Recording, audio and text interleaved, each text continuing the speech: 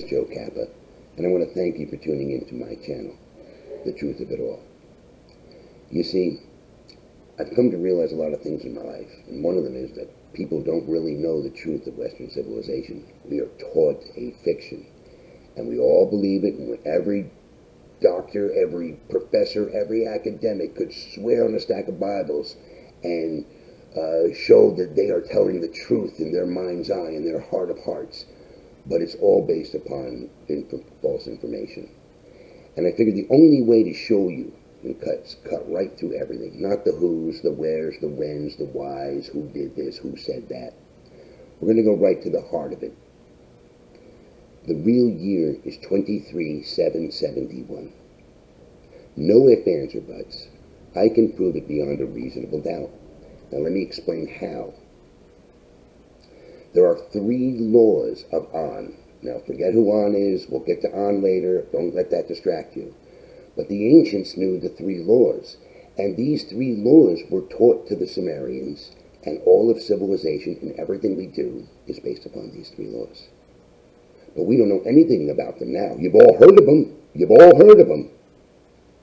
But all mixed up and scrambled up like eggs. Let me show you the truth of it all. There are 3 laws, and they were taught by the survivors of 2 cataclysms to the indigenous peoples, and that's what formed modern civilization. The Sumerians were not the first. They say they weren't the first, that they learned from the ancients. And the 3 laws go back to the believers in On. So what are these 3 laws that are so important? Well, what 3 things would you need to teach future generations after a cataclysm? Math, science, and history. Those are the 3 things that you need to know. And that's actually what the 3 laws are. Now, what did you hear? Well, the first one we hear is, well, it's the first law of the universe, and it's ancient mythology. The second one we hear, oh, it's sacred math, and it's math we don't need and don't use and we don't never teach. And the third one, what? Astrology? Pseudoscience? Oh, forget that too. But no, the 3 laws are very important. Now, the first law is 4 words. How simple are these 3 laws? You're going to be amazed. It's 2 pictures and 4 words. The first law is as above, so below. Now, forget what you've heard about it. Forget what you've heard about it. As above, so below is science, and it simply means the following. The one is the sample of the many. If we were to teleport into this universe from somewhere else, into this dimension, all of us here, the first question we would ask is not who are we? That's later on.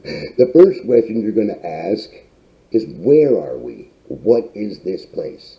And the first law of On, as above, so below, answers that. Now, we'll get into as above, so below in more detail later. I don't want to overwhelm you all at once. So let's take it in little chunks. The first law of On is, or the first law of the universe as we call it, is as above, so below. The second law, no words, just 2 pair of hands. 10, 1, 2, 3, 4, 5, 6, 7, 8, 9, 10. For all that you can count and see. 60 for time and space round me. 1, 2, 3, 4, 5. And then the knuckles. 1, 2, 3, 4, 5, 6, 7, 8, 9, 10, 11, 12. 5 times 12 is 60. This is where you get 60 seconds in a minute, 60 minutes in an hour, 360 degrees in a circle. This is sacred math, and we don't teach it. But if you use sacred math, the numbers always add up to 9. There's no fractions. There's no decimal points. It's always whole numbers if you use this. This is what we call sacred math.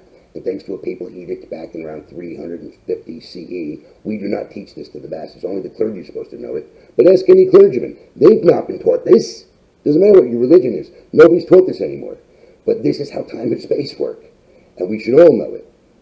But for now, you know the first law is as above, so below is science, and the second law is math. How do we measure this place we're in? Again, if we teleported in, First question is, what is this place? Second question is, how do we measure this place so that we can act upon it?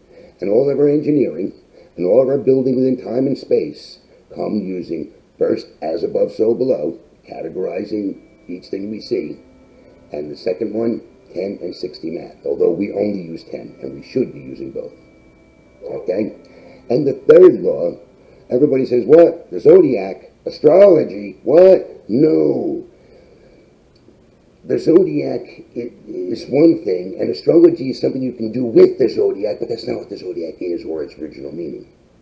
The best analogy I could give would be a car brake, right? I ask you, what's a car brake? And you say, oh, something to stop a car. Well, that's what you can do with a brake, but that's not what a brake is. A brake is a pad, the shoe, and blah, blah, blah, right? Okay, so you get the idea. But the zodiac, those pictures, those symbols, Capricorn, Aries, Gemini, have to mean something. And as you will see, that's our history. The ages, you've all heard of the coming age of Aquarius. Well, these ages are actually our mapped out history. We progress in a formula. Again, not taught, because you'll see later why. So for now, it's been a lot of information.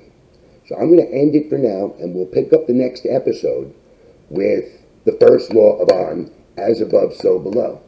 Thank you. Talk to you soon.